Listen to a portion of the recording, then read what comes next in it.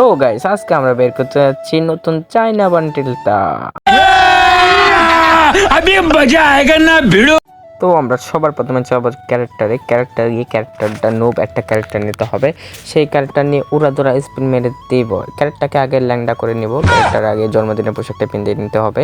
সবার প্রথমে যাব প্যাশনে গিয়ে চুলটা চেঞ্জ করতে হবে, তারপরে চশমাটা চেঞ্জ করতে হবে, তারপরে টেনে জামা কাপড় যেগুলো আছে সবগুলো আমরা খুলে ফেলে একবার ল্যাংটা বাবা করিয়া ডাইরেক্ট বোর্ডের মতো দেখা যায় এরকমভাবে নিয়ে ডাইরেক্ট স্পিন মারতে চলে যাব।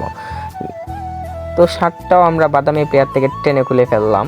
এবার ডাইরেক্ট চলে যাব জুতা আর্মির জুতার পিন দিয়ে ডাইরেক্ট চলে যাব গ্রুজারটা আমার হাত থেকে ফেলে দিয়ে চলে আসব আবার বান্ডিলটা কিন্তু দেখতে অনেক সুন্দর। তো বেশি পক না করে ডাইরেক্ট স্পিন মেরে দেবো। সবার প্রথমে তোমাদের বান্ডেলটা দেখাই দিই, এরকম 5টা টোকেন হলে বান্ডেলটা পেয়ে যাব। তো 100টা মানে ডাইরেক্ট স্পিনটা মেরে দিলাম, কিন্তু প্রথমেই আমাদের দিল 3টা টোকেন।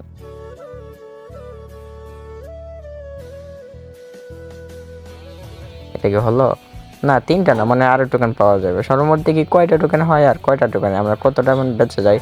তো অনেক ডায়মন্ড বেঁচে গেছে, 10টা টোকেন দিয়ে দিয়েছে। এখন 10টা টোকেন থেকে 9টা টোকেন আমরা 3টে করে স্পিন মারবো। যদি না পাই তাহলে আর স্পিন করবো না। সর্বপ্রথম স্পিনে পেলাম একটা টোকেন, মানে 3টা দিয়ে একটা টোকেন, এটা কোনো কথা?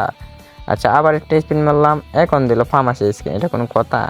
হ্যাঁ রে কপাল। আচ্ছা, আরেকটা স্পিন মারার পরে দেখি আর কয়টা টোকেন আছে। 5টা আছে, 4টা স্পিন মেরে দিলাম। সো আরেকটা টোকেন পেয়ে গেলাম। এখন আর লাস্ট স্পিন আমরা পাবো না।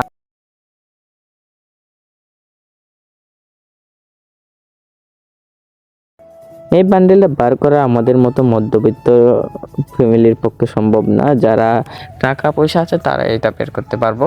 আমার মতে এই বান্ডেলটা যারা মধ্যবিত্ত পরিবারের মানুষ তারা বের করো না, আর যারা উচ্চ মাধ্যমিক পান তারা বের করতে পারো।